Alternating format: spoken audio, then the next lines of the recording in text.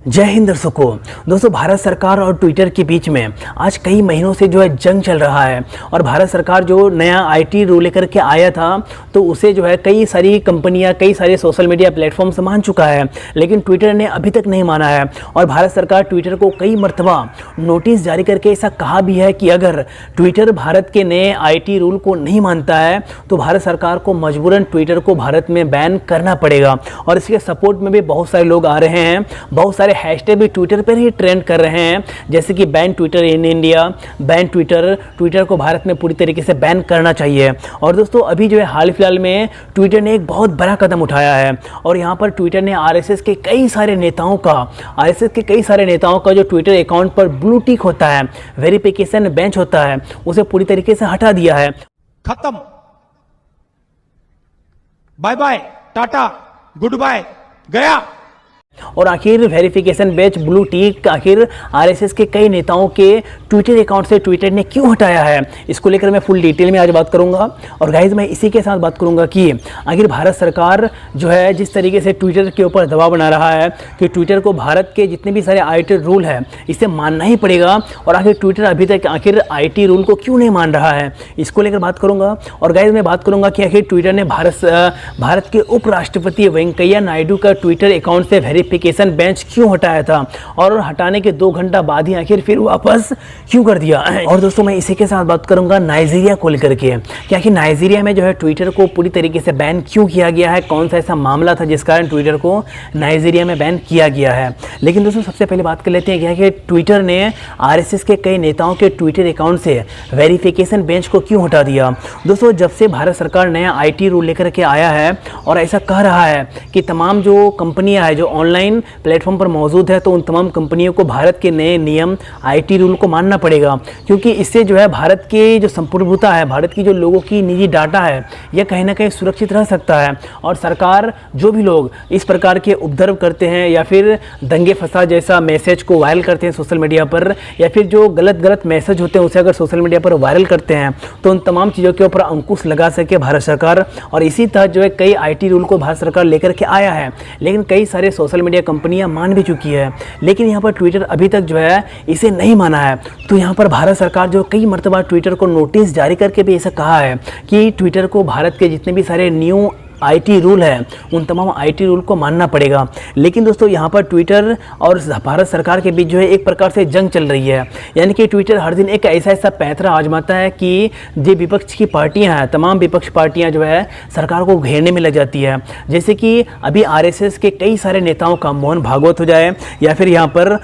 सुरेश सोनी हो जाए, सुरेश जोशी हो जाए, अरुण कुमार हो जाए, और इसके अलावा भी आरएसएस के कई नेताओं के ट्विटर अकाउंट से उसके ब्लू टिक को हटा दिया गया है। तो आखिर ब्लू टिक को हटाया क्यों गया है, तो इसको लेकर बात कर लेते हैं सबसे पहले। तो दोस्तों यहाँ पर भारत के बहुत सारे लोग अभी मजाक उड़ा रहे हैं आरएसएस के तमाम लोगों का कि ट्विटर ने यहाँ पर एक प्रकार से गेम खेल दिया, यानी कि जितने भी सारे आरएसएस के नेता हैं उन तमाम नेताओं के जो ट्विटर अकाउंट से उसके ब्लू टिक को हटाया है। तो इसको लेकर भारत में बहुत ज़्यादा राजनीति भी हो रही है। तो वहीं दूसरी ओर एक हैशटैग भी बहुत ज़्यादा ट्रेंड कर रहा है और वह हैशटैग है hashtag ban Twitter in India. यानी कि बहुत सारे लोग जब से आरएसएस के तमाम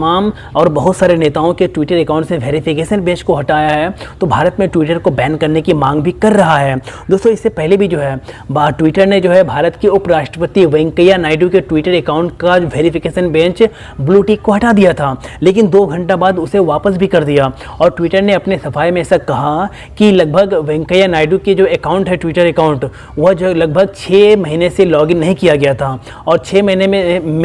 महीने से जो है उस अकाउंट से एक भी ट्वीट नहीं किया गया था। और इसी कारण जो है ट्विटर ने उसके ट्विटर अकाउंट से वेरिफिकेशन बेंच को ब्लू टिक को हटा दिया था।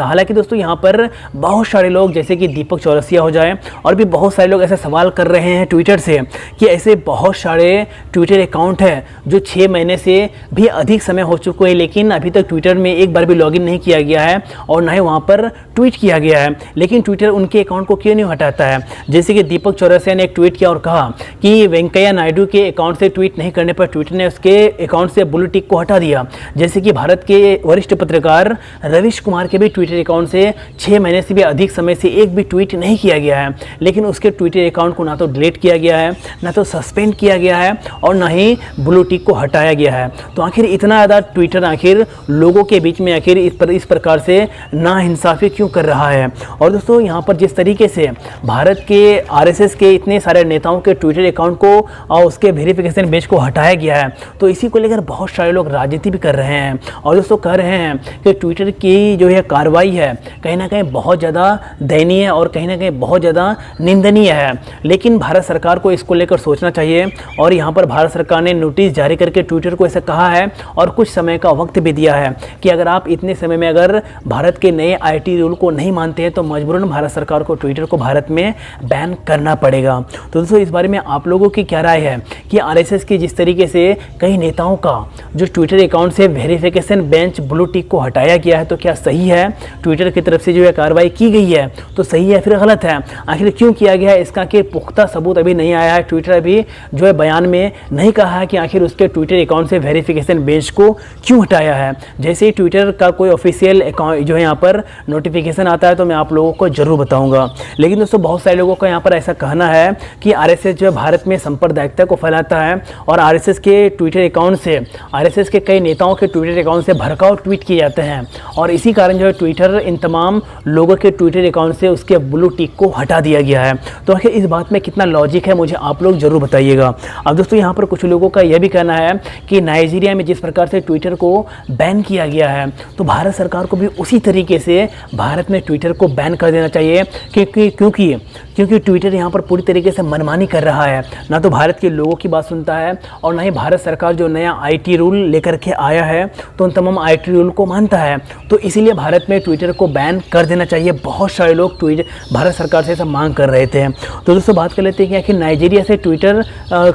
का सफाया क्यों कर दिया गया। तो दरअसल नाइजीरिया के राष्ट्रपति मोहम्मद बुखारी ने एक ट्वीट किया था, वहाँ पर जो है सिविल वार हो रहा है अभी, और उसी सिविल वार को लेकर नाइजीरिया के राष्ट्रपति मोहम्मद बुखारी ने एक ट्वीट किया था। तो इसी कारण ट्विटर ने उसके ट्वीट को डिलीट कर दिया था और जैसे ही ट्वीट को डिलीट किया था तो उसके कुछ घंटे बाद ही जो है नाइजीरिया सरकार ने ऐलान किया। नाइजीरिया सरकार ने ऐसा कहा कि नाइजीरिया में अब ट्विटर पूरी तरीके से बैन कर दिया गया है। हालांकि यह घटना जो है 2-3 दिन हो चुकी है, 2-3 दिन अब तक हो चुका है, लेकिन यहाँ पर बहुत सारे लोगों का यही कहना है कि नाइजीरिया सरकार जिस तरीके से ट्विटर को बैन किया है तो उसी प्रकार से भारत सरकार को भी ट्विटर को बैन कर देना चाहिए। तो दोस्तों आप लोगों की क्या राय है कि ट्विटर को भारत में बैन करना चाहिए या फिर नहीं करना चाहिए? अगर हाँ तो मुझे आप लोग कमेंट में ज़रूर बताइएगा, अगर ना फिर भी आप लोग मुझे कमेंट में ज़रूर बताइएगा। तो गाइज़ बस आज का वीडियो यहीं तक था। अगर आपको यह वीडियो पसंद आए तो इस वीडियो को लाइक कर दीजिएगा, अपने दोस्तों को एक साथ शेयर कर दीजिएगा। तो गाइज़ फिर मिलते हैं नेक्स्ट वीडियो में कल, तब तक के लिए दोस्तों